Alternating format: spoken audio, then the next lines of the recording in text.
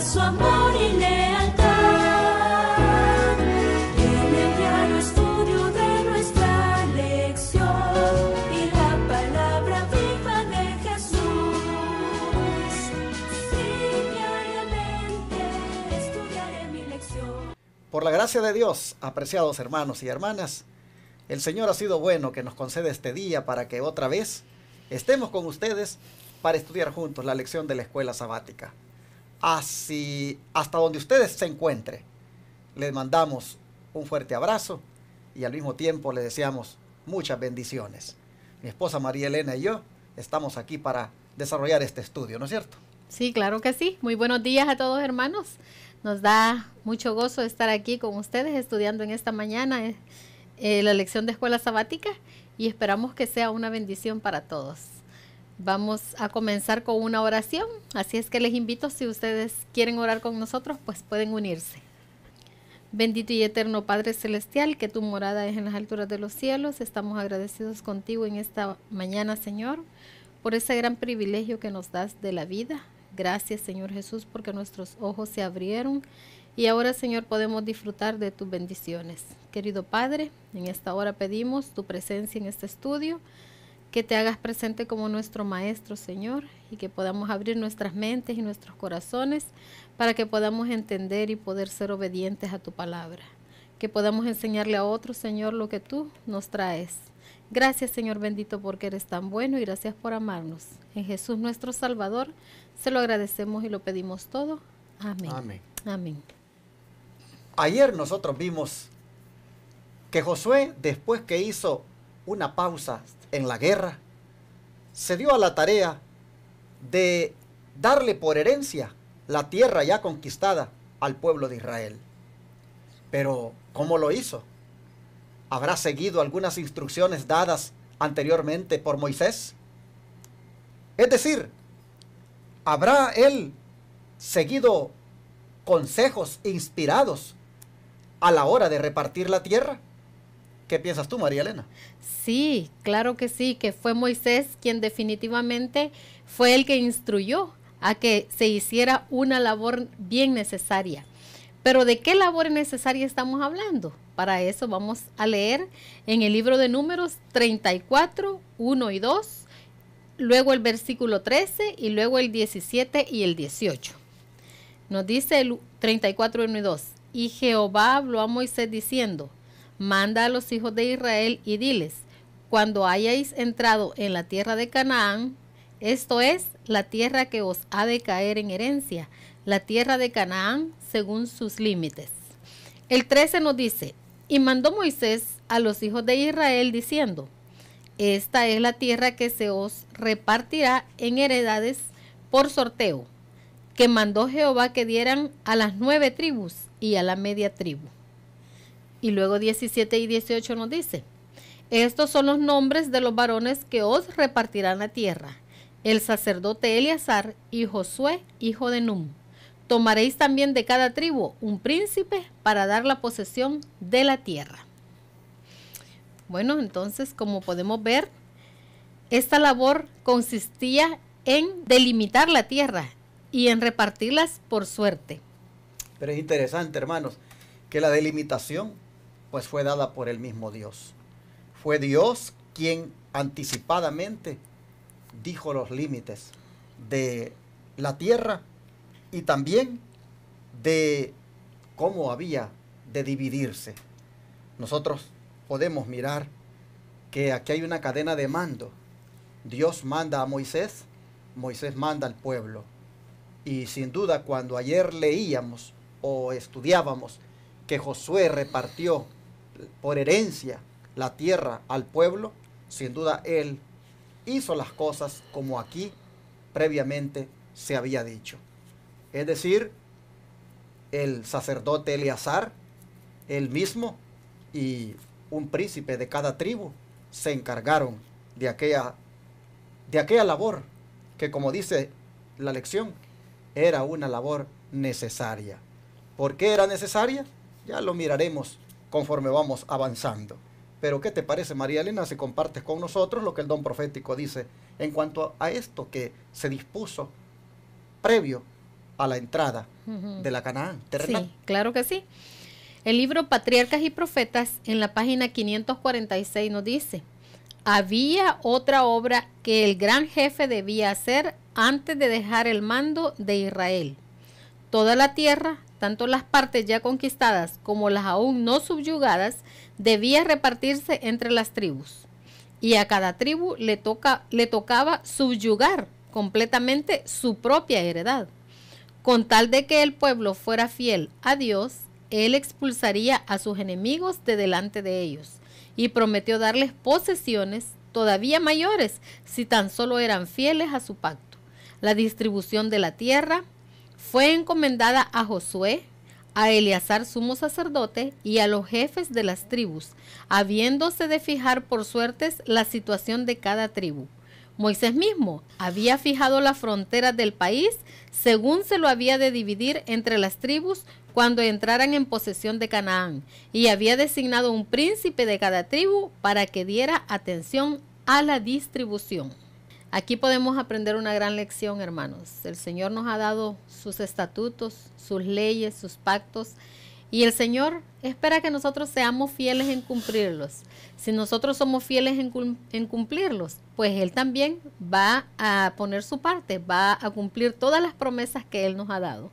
Y es interesante cómo se muestra aquí que el pueblo podía ampliar la posesión adquirida, pues dice que habían partes conquistadas, pero también habían partes que no estaban todavía subyugadas, pero que les tocaba a ellos subyugar para que fueran también parte de su heredad. Bueno, esto nos enseña, hermanos, que siempre hay más metas que alcanzar, que nosotros con lo que hemos logrado hasta aquí espiritualmente no deberíamos conformarnos. Deberíamos, hermanos, anhelar, escalar más. Por supuesto que todo lo que en calidad de conquista vayamos logrando no será fácil, porque enemigos también estarán ahí para impedirlo. Pero como dice aquí, y mi esposa lo acaba de mencionar, de que pues si somos fieles al pacto, si somos fieles a los mandamientos, si somos obedientes, el Señor se va a encargar de esos enemigos.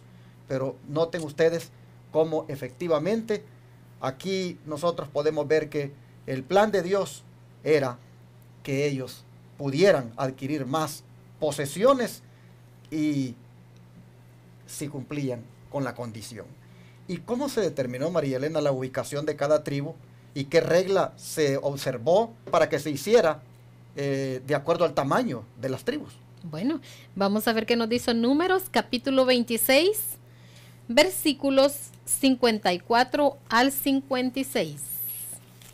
A los más darás mayor heredad, y a los menos menor, y a cada uno se le dará su heredad conforme a sus contados. Pero la tierra será repartida por suerte, y por los nombres de las tribus de sus padres heredarán. Conforme a la suerte será repartida su heredad entre el grande y el pequeño. Interesante, porque aquí veo yo que podemos ver cómo Dios había planificado desde un principio esto, y podemos ver cuán justo era Dios al repartir estas tierras por suerte, porque así no se le da, nadie podría decir de que por qué me tocó más a mí, o por qué me tocó menos, o por qué me tocó este lugar y por qué a ti te tocó el mejor, sino que por suerte era lo que le cayera, y bueno, esa era su parte.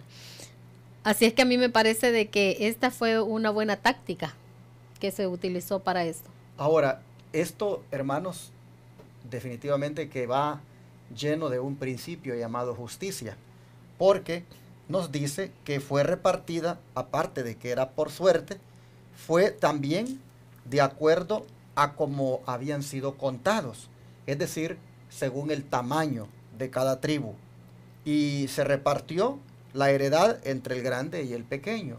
Ahora, en esto de justicia a la hora de repartir, pues había una tribu que no tuvo heredad, que independientemente del tamaño que tuviera, de todas maneras, tierra para esa tribu no hubo.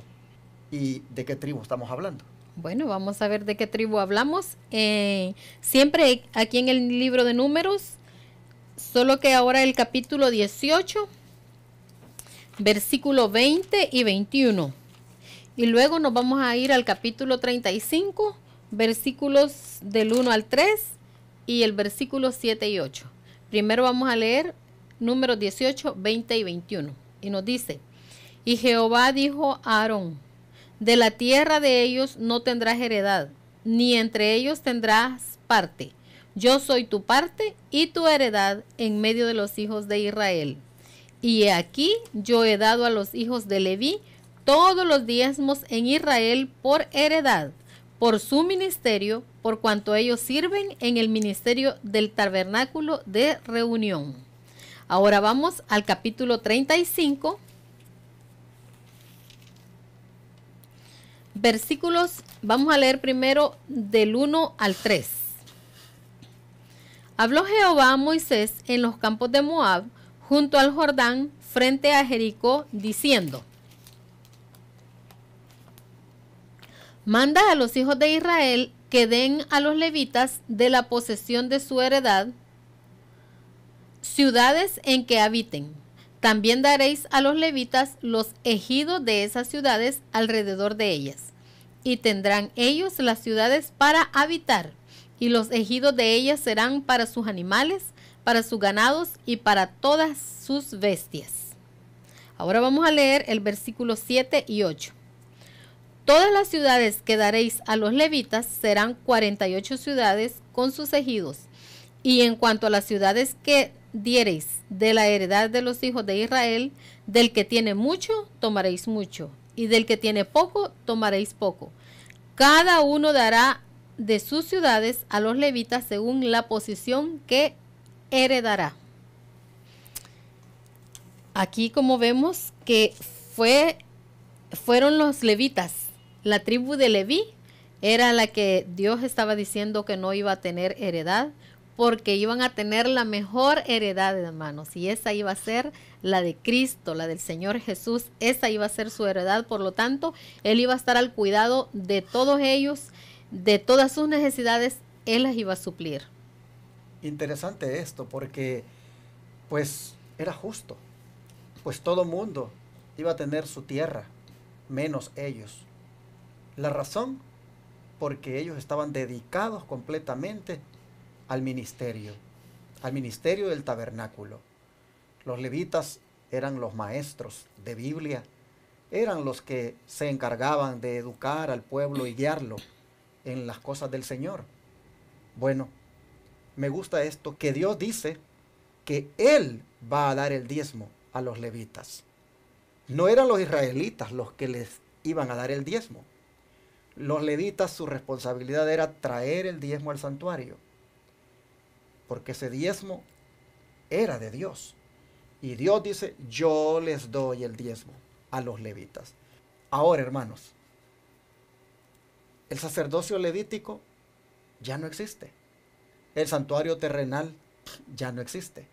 El sacerdocio levítico fue sustituido por el sacerdocio de Cristo. Pero el principio del diezmo, ese no desapareció, porque el mismo Pablo dice que los que predican el evangelio, que vivan del evangelio. Esto nos enseña de que el principio del diezmo todavía sigue siendo válido. El asunto es, ¿a dónde vamos a llevar el diezmo ahora? Porque tampoco existe más el santuario terrenal. Y si hay personas que predican el evangelio y por lo tanto deben vivir del evangelio, uno se pregunta, ¿dónde es el lugar correcto para devolver el diezmo hoy?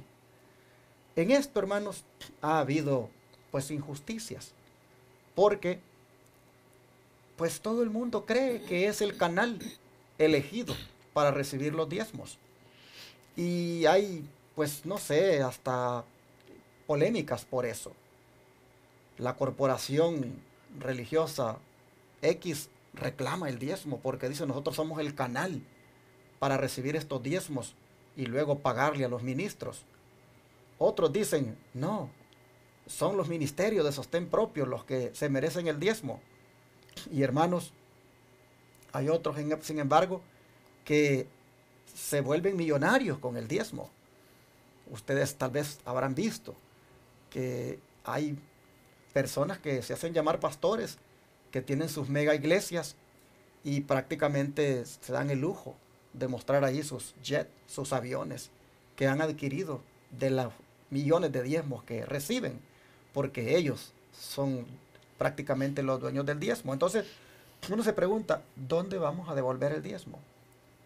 Si tú lo colocas, en el caso de nosotros, el Israel moderno, en los ministerios de sostén propio, no falta el momento cuando viene la corporación del Israel moderno y protesta y hasta hace ver a los hermanos que se equivocan al colocar el diezmo en un ministerio de sostén propio. Inclusive se esfuerzan por mostrar de que solamente es la conferencia, la misión, la asociación, la única que está autorizada para recibir el diezmo. Y así sucesivamente ustedes van a encontrar que hay pues mucha polémica en cuanto a esto.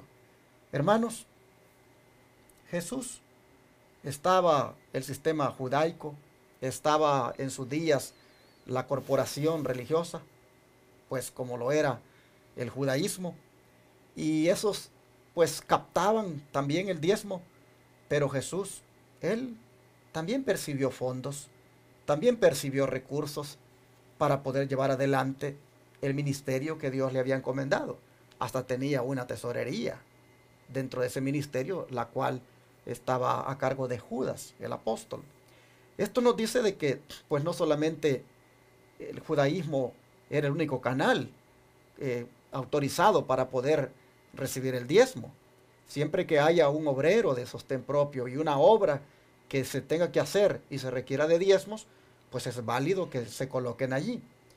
Lo que nosotros tenemos que hacer es pedir sabiduría al Señor, porque también ha habido mucho abuso con esto del diezmo. Hay inclusive personas que bajo el concepto de que el diezmo es para el que predique el evangelio, pues se cree con el derecho de que hay que dárselo a ellos. Y uno se pregunta, ¿pero cuál es el evangelio que predicas? Bueno, las buenas nuevas de salvación. Sí, pero si tú te vas a Apocalipsis 14, del 6 al 12, ahí habla de un evangelio eterno, que va acompañado del mensaje de los 3 ángeles. Entonces, ¿cómo puedes decir que solamente es el evangelio de los rudimentos de Cristo, de los rudimentos de la salvación, que es el que hay que predicar, y dejas a un lado el mensaje de los 3 ángeles? Entonces, ante este tipo de evangelio que se predica hoy, que es un evangelio de la prosperidad, y no el evangelio que va acompañado de la sana doctrina, el evangelio que va acompañado pues del mensaje el último mensaje de misericordia que Dios tiene para este mundo, como es el mensaje de los 3 ángeles. Hermanos, cuando uno mira los evangelios falsos que se predican, uno se pregunta, bueno, ¿dónde voy a colocar el diezmo? Nosotros, hermanos, somos responsables de devolver el diezmo, pero también somos responsables de saber elegir a dónde lo vamos a devolver. Y para eso Dios nos ha dado discernimiento, para mirar en qué ocupan el diezmo las corporaciones religiosas y los ministerios de sostén propio, o inclusive los pastores itinerantes. Uno tiene que pedirle a Dios sabiduría, no solamente de dar el diezmo por darlo, hay que pedir al Señor que Él muestre a dónde.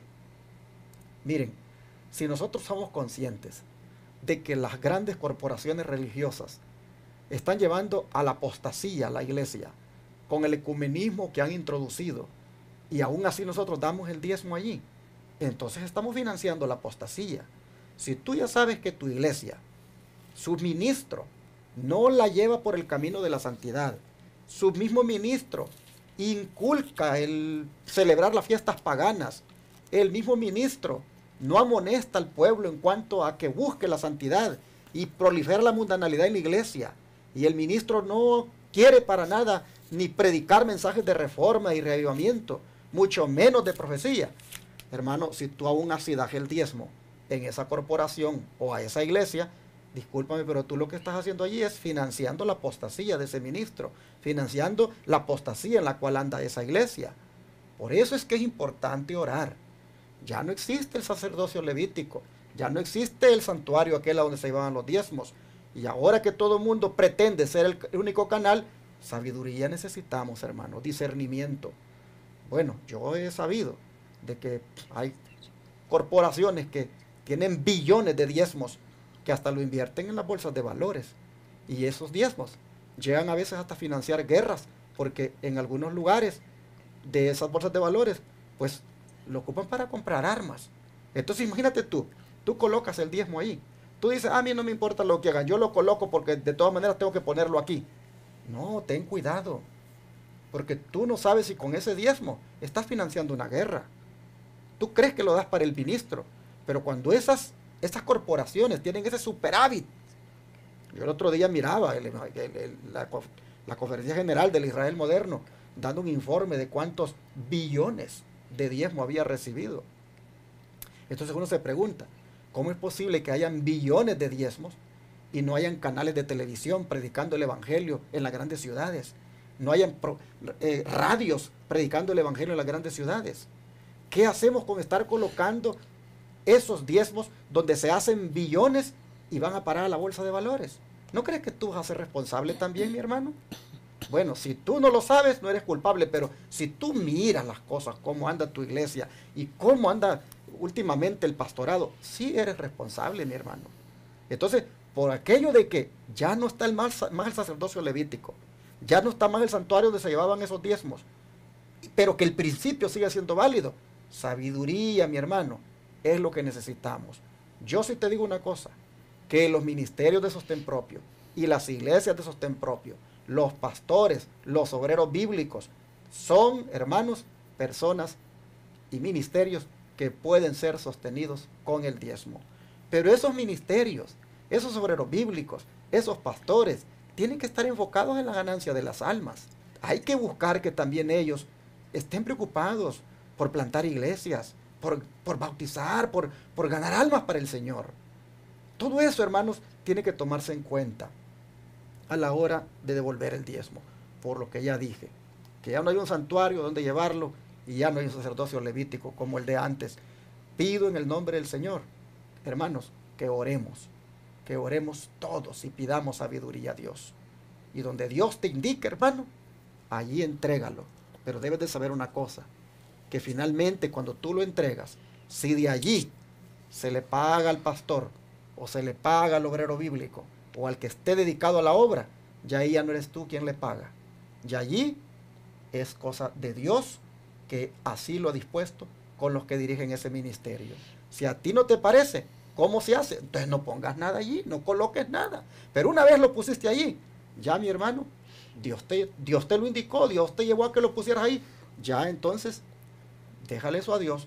Ahora, si tú ya detectas con los días que ya se apartaron del propósito de Dios ese ministerio o ese pastor donde lo estabas dando, pues entonces vuélvele a pedir sabiduría a Dios, a ver a dónde lo pones hoy. Pero eres responsable de dónde lo pones y también al final de los frutos que pueda haber de ese ministerio. Tú lo ves. Dice que el buen árbol se conoce por los frutos que da. Así que nosotros miramos que pues Dios fue muy justo al buscar que estos levitas fueran suplidas sus necesidades con el diezmo. El don de profecía nos dice algo acerca de esta tribu de Leví, ¿no es cierto? Claro que sí. Y el libro de la educación, en la página 148 y 149 nos dice que los levitas como ministros del santuario no recibieron tierras por herencia, moraban juntos en ciudades apartadas para su uso, y su sostén lo constituían las ofrendas y los diezmos dedicados al servicio de Dios. Eran los maestros del pueblo, huéspedes de todas sus fiestas y honrados por todas partes como siervos y representantes de Dios. Toda la nación recibió el mandato: ten cuidado de no desamparar al levita en todos sus días sobre la tierra. por lo cual Leví no tuvo parte ni heredad con sus hermanos. Jehová es su heredad, como Jehová tu Dios le dijo. Qué hermoso. Esta segunda parte, hermanos, se encuentra en Deuteronomio capítulo 12, versículo 19 y capítulo 10, versículo 9, donde dice: ten cuidado de no desamparar al levita en todos tus días sobre la tierra. Y está escrito en el libro La Educación del Espíritu de Profecía, páginas 148 y 149. Bueno, hermanos, como nosotros podemos ver, esta labor fue necesaria, porque estableció, pues, de una vez las reglas en cuanto al reparto de la tierra. Si ustedes han notado, fue necesario que se hiciera así como Dios lo estipuló, para que nadie obtuviera la herencia en base a su propio capricho. Que esta quiero, esta me gusta y esta es la que yo voy a agarrar. No, eso es lo que te tocó de acuerdo al sorteo y eso es lo que también te tocó de acuerdo al tamaño de tu tribu. Pero también está de que podían ellos ampliar aquella posesión si ellos emprendían pues la obra de subyugar a los enemigos que podían haber todavía allí en ese territorio. Bueno, hermanos, nosotros podemos ver que era también necesaria hacer esta labor porque de alguna manera establecía un orden en el pueblo para que las cosas se hicieran y se obtuvieran según el orden de Dios. Y era necesaria esta labor también para que se hiciera justicia. Justicia entre ellos y justicia con una tribu, la de Leví. En el sentido de que ésta fuera sostenida con el diezmo que todos darían. Es mi deseo, hermanos, de que todos nosotros hoy, pues, también apliquemos estas enseñanzas a nuestra vida y esta del diezmo, hermanos, cuyo principio todavía sigue siendo válido, nosotros seamos muy obedientes con Dios en devolverle el diezmo, que lo coloquemos en el lugar que Él nos muestre y que con discernimiento y sabiduría, pues nosotros, hermanos, lo hagamos. Dios nos bendiga y oremos, ¿qué les parece?, para ser guiados en esto. Vamos a rodearnos para orar. Padre nuestro, qué labor tan necesaria la que se hizo aquel día de repartir la tierra de esta manera como tú lo mandaste, ordenada de acuerdo al tamaño de cada tribu y número de miembros, como también de una manera justa. Señor, qué labor más necesaria esta, que sirvió de base para que inclusive una tribu se dedicara a educar espiritualmente a todos los demás, pero que estos también debían ser sostenidos con el diezmo de todos.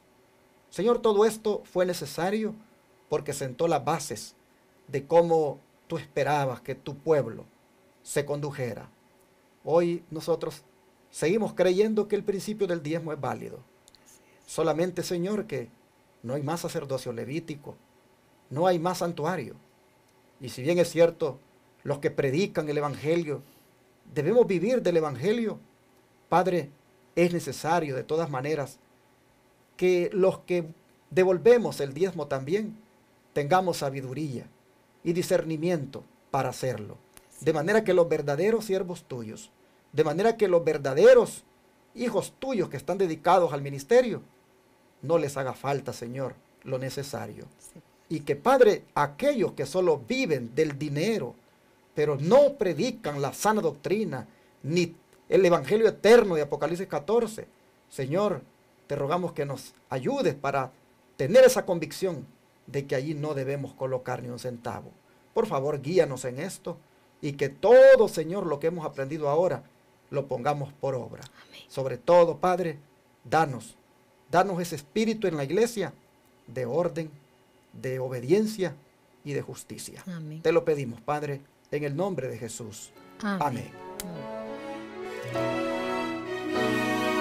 Todo fiel discípulo del buen Jesús, su amor.